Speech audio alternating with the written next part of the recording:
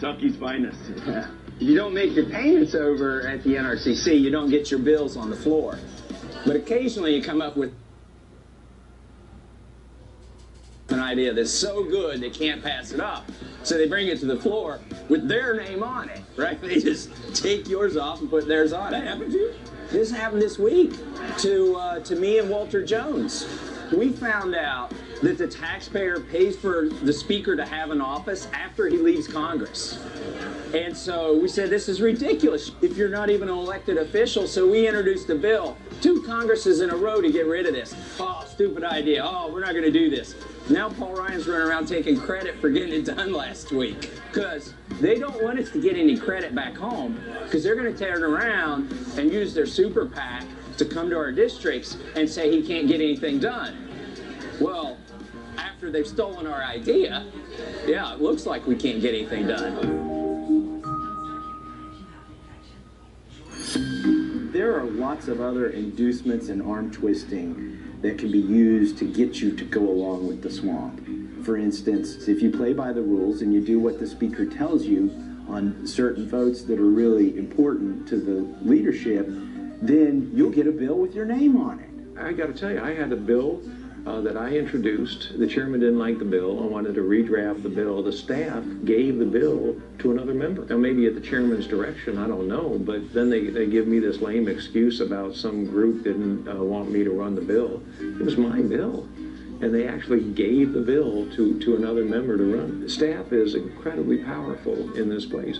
If you think about it, we're here 3 nights a week the most, and we're supposed to be back campaigning, and we're supposed to be raising money while we're here. And a lot of what they do here, I mean, why would we have 500 bills in the Senate when they're never going to get to those 500 bills? They keep us busy so that we're not running around gnawing on the furniture like a puppy dog. So if we're busy, the staff is getting the work done that leadership wants to get done, and all the members are just pushed to the side. One of the things I've thought about that would really help this place is if the Speaker of the House weren't the fundraiser in chief. Literally, the Speaker of the House, whether that's a Democrat or a Republican these days, raises about $80 million and then redistributes it to the needy congressmen for re-election. So those congressmen can't really escape the gravitational pull of the speaker once they've done that. And the speaker, who sets the agenda, now is encumbered with all of these ties to $80 million of money.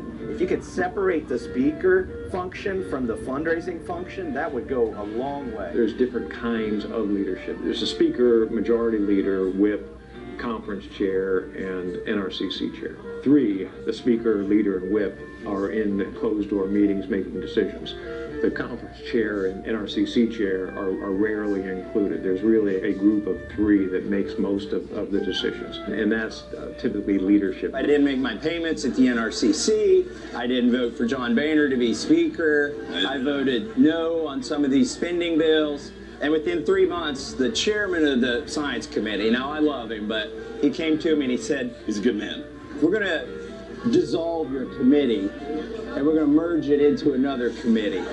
So they did, that was smart. Rather than kick me off of my subcommittee, which might have given me, you know, some kind of chops back home, they just dissolved my committee. So you never did get a subcommittee chair, an MIT grad? Oh, I had it for 3 months, and then they took it away.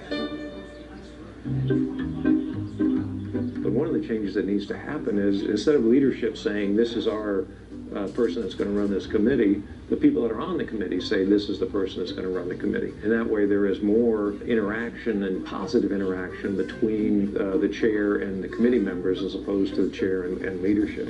So this is an organization that is shaped just like a pyramid. You have one person at the top and then everybody underneath follows what that person wants. And it really needs to be more of a flat organization. So the first thing they do is crimp your PAC money that comes here in Washington, D.C. They just crimp that hose a little bit to show you what they can do. And then they crimp it all the way. And then they go back home and try to crimp your hose, too. We need to get money out of politics. But I agree, we have I don't the First Amendment. I know, it's a First Amendment right. But, gosh, it's an arms race, isn't it? My race in eastern Iowa last time. Total spent was $8 million for a job that lasts 24 months. And it's going to be more. Mine will probably be $10 million this time, maybe $12 million. Where's this end?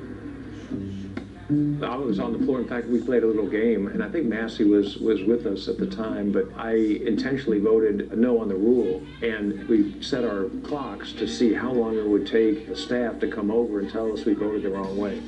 And it got to like 40 seconds because they were dilly-dallying, not because they were, I mean, it would typically take them 10 or 11 seconds to get over and say, you voted the wrong way, you've got to change this. But it took them about 40, 45 seconds to do it. But yeah, you can play games and mess with people by voting the wrong way around this place. They have heart palpitations. But these are staffers. These are staffers, and they tell you how to vote.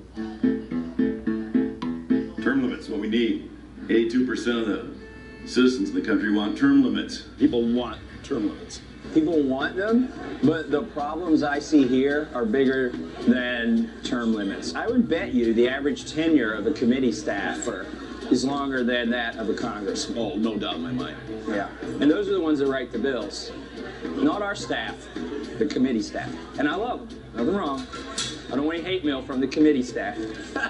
Staff drives this place. I can tell you stories. I had a friend on the Appropriations Committee, and she was asked to vote on something, and literally it was not in front of her. And so she asked for it and started to walk out the door, and the staffer said, you can't take that with you, the appropriations bill that she was voting on. And she ignored the staffer and took it, and the chairman of the committee came up on the floor and was swearing at her on the floor for not obeying the staffer. It is very much a staff-driven institution. Well, it's easier to tell you what won't fix DC than it is to tell you what will fix it. There are a lot of people that have ideas like term limits or a constitutional convention where you rewrite the Constitution or amend it, or public financing of campaigns. None of those will fix the problems that I've seen here in Washington. The average congressman has been here 6 years or less. I mean, the average member of the House of Representatives barely finishes a full Senate term before they leave Congress. And so people in the House aren't here as long as you think. A lot of them burn out, but not many of them lose their re-election. I think they leave willingly. Unfortunately, the good ones leave.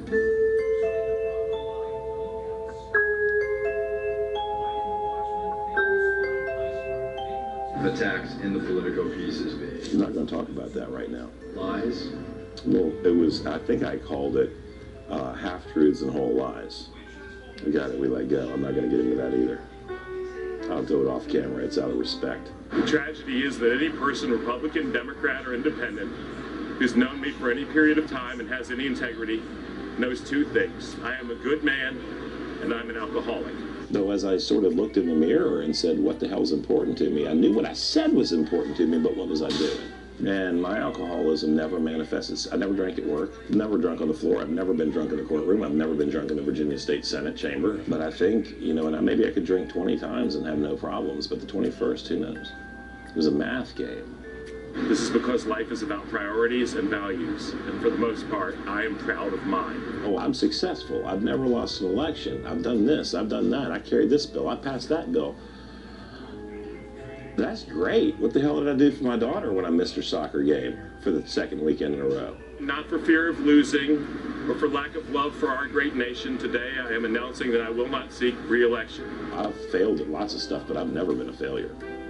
And it's not going to start now. I have no idea what I'm going to be doing in 2019. But I'll tell you this, as far as politics, man, we're getting divorced, and I hope she never calls. I love this country, and there are some spectacular women and men in this town.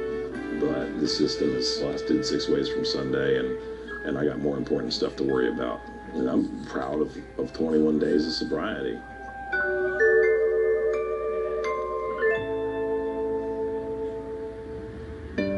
But it's not the people who've been here the longest that are the problems. It's the people who sell out the quickest that are the problems. This is the bat that I've threatened to use on my colleagues because I think it's the only way to take out a zombie. Now, my staff have been instructed that if I exhibit any zombie symptoms when I come back to the office after meeting with leadership, to use this bat on me.